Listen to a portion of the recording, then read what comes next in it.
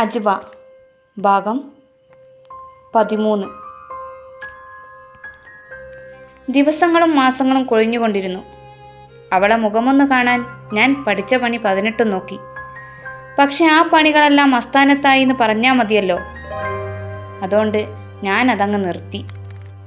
കാരണം അവൾ പറഞ്ഞ കഥയൊക്കെ വെച്ച് നോക്കുമ്പോൾ അജ്വയുമായി യാതൊരു ബന്ധവുമില്ല. അതുമാത്രമല്ല, ഓളാണെങ്കിൽ ഇപ്പോൾ എന്നെ സാറ എന്നെ വിളി നിർത്തി ഇക്കാക്ക എന്നാ വിളിക്കുന്നത്. പിന്നെ ഞാനെന്തിനു വേണ്ടാത്തതൊക്കെ ചിന്തിക്കണം? ഞാൻ ഓളെ ഇക്കാക്കയായങ്ങ് മാറി. പക്ഷേ പെണ്ണിൻ്റെ ചില നേരത്തെ വർത്തമാനം കേൾക്കുമ്പോൾ എൻ്റെ അജ്വയെ ഓർമ്മ വരും. എൻ്റെ പെണ്ണേ, എവിടെയാണ് നീ? ഓർക്കുന്നുണ്ടോ എന്നെ? അല്ലെങ്കിൽ മറന്നുപോ? നിന്നെ മറന്നെന്ന് നനച്ചെങ്കിലും ഞാൻ ഇന്നും മറവിക്ക് മുമ്പിൽ തലകുമ്പിട്ടു നിൽക്കുകയാണ്.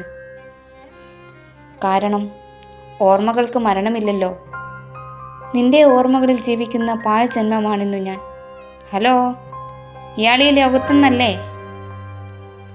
ചോദ്യം കേട്ടാണ് കണ്ണിന് മുകളിൽ വെച്ച കൈ മാറ്റി നോക്കുന്നത്.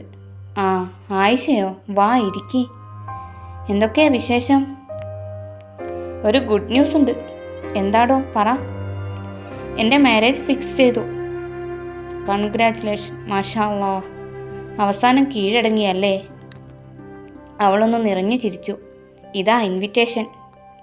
ഉമ്മയും നസിയും എവിടെ? അവരകത്തുണ്ട്. ഞാൻ കണ്ടിട്ട് വരാം. ആ, അല്ലടോ. എന്താ? നിന്റെ ഭാവി വരൻ്റെ പേര് എവിടെയോ കേട്ട പോലെ. ആ പേരിൽ വേറെ ആളുണ്ടെങ്കിലോ? മാരേജ് കഴിഞ്ഞ് ഞാൻ കൂട്ടി വരാം. അപ്പോൾ നേരിട്ട് പരിചയപ്പെടാലോ. ഇൻഷാ അല്ലാഹ്. അതും പറഞ്ഞ് അവൾ അകത്തേക്ക് പോയി. ഞാനാണെങ്കിൽ ആ പേരിൻ്റെ പിറകെ പോയി കുറേ തലപുണ്ണാക്കി. അവസാനം ഞാനതങ്ങ് വിട്ടു. നേരിട്ട് കാണാലോ എന്ന് വിചാരിച്ചു. എല്ലാവരെയും മാരേജിന് ക്ഷണിച്ച് അവൾ യാത്ര പറഞ്ഞു വീട്ടിലേക്ക് പോയി. അങ്ങനെ ഇന്നാണ് ആയിഷയുടെ കല്യാണം. ഞാൻ പോകുന്നില്ല എന്ന് പറഞ്ഞതാ. പക്ഷേ ഇക്ക നിർബന്ധിച്ച് എന്നെ പറഞ്ഞയച്ചു. ഉമ്മാനെ ഒറ്റയ്ക്ക് പറഞ്ഞു വിടണ്ടെന്ന് പറഞ്ഞ് സ്വൈര്യം തന്നില്ല. അവസാനം ഞാൻ മുട്ടുമടക്കി പോകാൻ തീരുമാനിച്ചതാണ്. ഏതായാലും ഞങ്ങൾ വന്നത് ആയിഷക്ക് വലിയ സന്തോഷമായി. ഞങ്ങൾ ഭക്ഷണം കഴിച്ച് വേഗം പോരാൻ തീരുമാനിച്ചു. കാരണം ഇക്ക ഒറ്റക്കല്ലേ, എന്തേലും ആവശ്യം വേണ്ടി വന്നാലോ. ഭക്ഷണം കഴിച്ച് കൈ കഴുകി തിരിയുന്നതിനിടയിലാണ് ആരുടെയോ ശരീരത്തിൽ ഇടിച്ചത്. സോറി എന്നും പറഞ്ഞ് അയാളെ നേരെ തിരിഞ്ഞ് എൻ്റെ ശരീരം വിറച്ച് എന്തു ചെയ്യണമെന്നറിയാതെ നിന്നുപോയി. ഒരുവിധം ഞാൻ അവിടുന്ന് ഉമ്മാൻ്റെ അടുത്തെത്തി. ഞാൻ തിരിഞ്ഞു നോക്കുമ്പോൾ ആ തീക്ഷ്ണമായ കണ്ണുകൾ എന്നെ തന്നെ തുറച്ചു നോക്കുന്നുണ്ട്. പിന്നെ അവിടെ നിന്നില്ല. എത്രയും പെട്ടെന്ന് ആയിഷയോട് യാത്ര പറഞ്ഞു തിരിച്ചു പോന്നു. വന്നപ്പം മുതൽ ശ്രദ്ധിക്കുന്നുണ്ട്. നസിയുടെ മുഖമാകെ മാറിയിട്ടുണ്ട്. പോകുമ്പോഴുള്ള സന്തോഷമൊന്നും വന്നപ്പോഴില്ല. ആകെ ഒരുമാതിരി ഷോക്കായതുപോലെ. ചോദിക്കുന്നതിനൊന്നും വ്യക്തമായ ഉത്തരമില്ല. ഒരു തരം ഒഴിഞ്ഞു മാറി. അതുകൊണ്ട് പിന്നെ ഞാൻ ചോദിക്കാനും നിന്നില്ല. ഇശാ നിസ്കരിച്ച് 2 കൈയും മേൽപോട്ടുയർത്തി ഞാൻ പടച്ചവനോട് കരഞ്ഞു പറയുകയായിരുന്നു. ഇനിയും പരീക്ഷിക്കില്ലല്ലാഹ്. ഇവിടെ ഞാൻ സന്തോഷത്തിലാണ് ജീവിക്കുന്നത്. ഇവിടുന്ന് തന്നെ ആരും കൊണ്ടുപോകാൻ അനുവദിക്കല്ലേ. ഏറെ നേരത്തെ ദ്വാക്ക് ശേഷം കണ്ണുകൾ തുറച്ച് നിസ്കാരപ്പായലിരുന്നപ്പോഴും ആ സംഭവം എന്നിൽ മായുന്നുണ്ടായിരുന്നില്ല. കൈ കഴുകി തിരിഞ്ഞപ്പോൾ തട്ടി ആളെ തിരിഞ്ഞു നോക്കിയപ്പോൾ കുഞ്ഞോള ഇക്കാക്ക. മരവിച്ചു പോയ ഞാൻ ഒരു വിധത്തിലാണ് ഇവിടെ എത്തിയത്. ഹിജാബിലായിരുന്നു എന്നെ അയാൾക്ക് മനസ്സിലായോ എന്നറിയില്ല. പക്ഷേ അയാൾ ആ നോട്ടം എന്നെ ചുട്ടുപൊള്ളിച്ചിരുന്നു. ഇവിടെ എത്തിയപ്പോഴേ ഇക്ക എൻ്റെ മാറ്റം കണ്ടുപിടിച്ചിരുന്നു. ഇക്കാൻ്റെ ചോദ്യത്തിൽ നിന്ന് ഞാൻ ഒഴിഞ്ഞു മാറുകയായിരുന്നു. കാരണം ഞാൻ അയാളെ പേടിച്ചാണ് അവിടുന്ന് പോന്നതെന്ന് ഇക്കാനോട് പറഞ്ഞിട്ടില്ല. ഞാനൊരു അനാഥയാണെന്നും അവിടെ ഉമ്മാമാനെ നോക്കാൻ നിന്നതാണെന്നുമാണ് പറഞ്ഞത്. അതുകൊണ്ട് ഉണ്ടായതൊന്നും ഇക്കാനോട് പറയാൻ കഴിയില്ലല്ലോ. ഏതായാലും തവക്കൽത്തു അലല്ലാഹ്, എല്ലാം പടച്ചവനിൽ അർപ്പിച്ചു. ഇന്നെല്ലാവരും നല്ല സന്തോഷത്തിലാണ്. നസിയുടെ ആ സങ്കടമെല്ലാം മാറിയിട്ടുണ്ട്. ഇന്ന് എന്താന്നല്ലേ, ഇന്ന് ആയിഷയും ഹസ്സും വരുന്നുണ്ട്. അതിനുള്ള സ്പെഷ്യൽ വിഭവങ്ങൾ തയ്യാറാക്കുന്ന തിരക്കിലാണ് നസിയും ഉമ്മയും. പുറത്ത് കാർ പാർക്ക് ചെയ്യുന്ന സൗണ്ട് കേട്ട് ഉമ്മയും നസിയും പുറത്തേക്ക് വന്നു. വാ വാ, കയറി വാ. ഉമ്മയും നസിയും അവരെ സ്വീകരിക്കുന്ന തിരക്കിലാണ്. അവർ നേരെ കയറി വന്നത് എൻ്റെ റൂമിലേക്കാണ്. ഇതാണ് ഷാ. ആയിഷ എന്നെ പരിചയപ്പെടുത്തി. പക്ഷേ എൻ്റെ മുന്നിൽ നിൽക്കുന്ന ആളെ കണ്ട് ഞാനാകെ ഞെട്ടിപ്പോയി. ഡാ ഷാ, നീയോ? നിനക്കെന്താടാ പറ്റിയത്? ഇതും പറഞ്ഞ് ഓനെന്നെ കെട്ടിപ്പിടിച്ചു. ഞങ്ങളുടെ പെർഫോമൻസ് കണ്ട് കണ്ണും തള്ളി നിൽക്കുകയാണ് ആയിഷയും അവർക്ക് ജ്യൂസുമായി വന്ന നെസ്സിയും.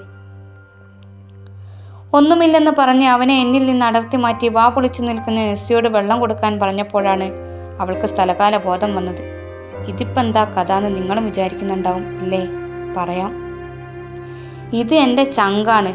നമ്മുടെ കൂടെ ഡിഗ്രിക്ക് പഠിക്കുമ്പോഴുണ്ടായിരുന്നില്ലേ? ആ അതന്നെ. ഞാൻ അജുവേൻ്റെ വായിൽ നോക്കുന്നതിന് നമ്മളെ കൂട്ടുള്ള ആൾ.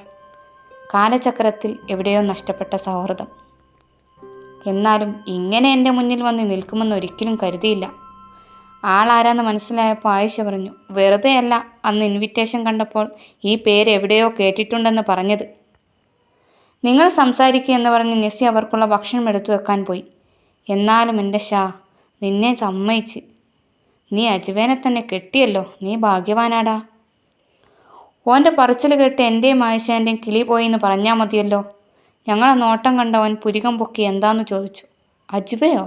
നിങ്ങളെന്താണ് ഈ പറയുന്നത്? ഇവിടെ നിന്നിപ്പം പോയത് അജുവയല്ലേ? അത് നിങ്ങളോളെ കണ്ടിട്ടുണ്ടോ? ആയിഷയാണ് ചോദിച്ചത്. മുഖം കണ്ടിട്ടില്ല, പക്ഷേ ആ കണ്ണുകൾ, അത് ഞാൻ മറന്നിട്ടില്ല. പക്ഷെ അത് അജുവയല്ല, നസീഹയാണ്. ഒന്നും മനസ്സിലാവാതെ നിൽക്കുന്ന അവനോട് ഞാൻ ഉണ്ടായതെല്ലാം വിവരിച്ചു. അപ്പോഴത്തേക്കും നെസ്സി വന്നിരുന്നു, അവരെ ഭക്ഷണം കഴിക്കാൻ വിളിക്കാൻ. പെട്ടെന്നാണ് മുറ്റത്തേതോ വണ്ടി വന്ന് നിൽക്കുന്ന ശബ്ദം കേട്ട് 2-3 ആളുകൾ എൻ്റെ മുറിയിലേക്ക് പെട്ടെന്ന് കയറി വന്നു. നെസ്സിക്ക് നേരെ ചൂണ്ടി ഒരാൾ പറഞ്ഞു, അവളാണ്, പിടിച്ചിട്ട് വാ. ഓളാണെങ്കിൽ നിന്ന് വിറക്കുകയാണ്. അവളെ 2 ആൾ കൂടി ബലമായി പിടിച്ചു വലിക്കാൻ ചെന്നപ്പം ആയിഷയെയും മോനെയും തള്ളി മാറ്റി തെറിച്ചു വീണ ആയിഷയുടെ തല ചുമരിലടിച്ച് രക്തം വരാൻ തുടങ്ങി. പിടിച്ചു വലിക്കുന്നവരുടെ കയ്യിൽ നിന്നും കുതറിക്കൊണ്ട് അവൾ ഓടി. എന്നെ കൊണ്ടവൻ സമ്മതിക്കല്ലേ ഇക്ക, എന്നെ രക്ഷിക്ക് എന്ന് പറഞ്ഞ് അലറി വിളിക്കുന്നുണ്ട്. പിടിവലിയിൽ അവളുടെ തട്ടം തലയിൽ നിന്നും നിലത്തേക്ക് ഊർന്നു വീണു. അവളുടെ മുഖം കണ്ട ഞാൻ ഒറ്റ അലറലായിരുന്നു, എൻ്റെ അച്ചുവാ.